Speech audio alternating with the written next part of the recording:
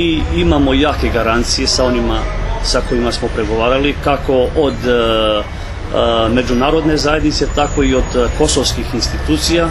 da budemo ustrajni u ovim naporima i nadam se da ćemo ostvariti ono što tražimo. Dakle, to je samo da se izvrši izmjena člana 148, što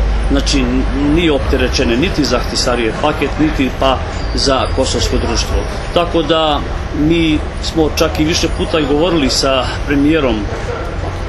gospodinom Tačijem, gdje nas je podržavao u ovim naporima. Normalno da to prođe kroz skupštinsku proceduru, jer kao što svi znamo, trebamo imati podršku predsjednice države, premijera, pa čak i da to bude sa 30 potpisa u skupštini, da bi se o amandmanu, o predlogu razmatralo i na kraju da donese odluka Ustavni sud, što kao što smo do sada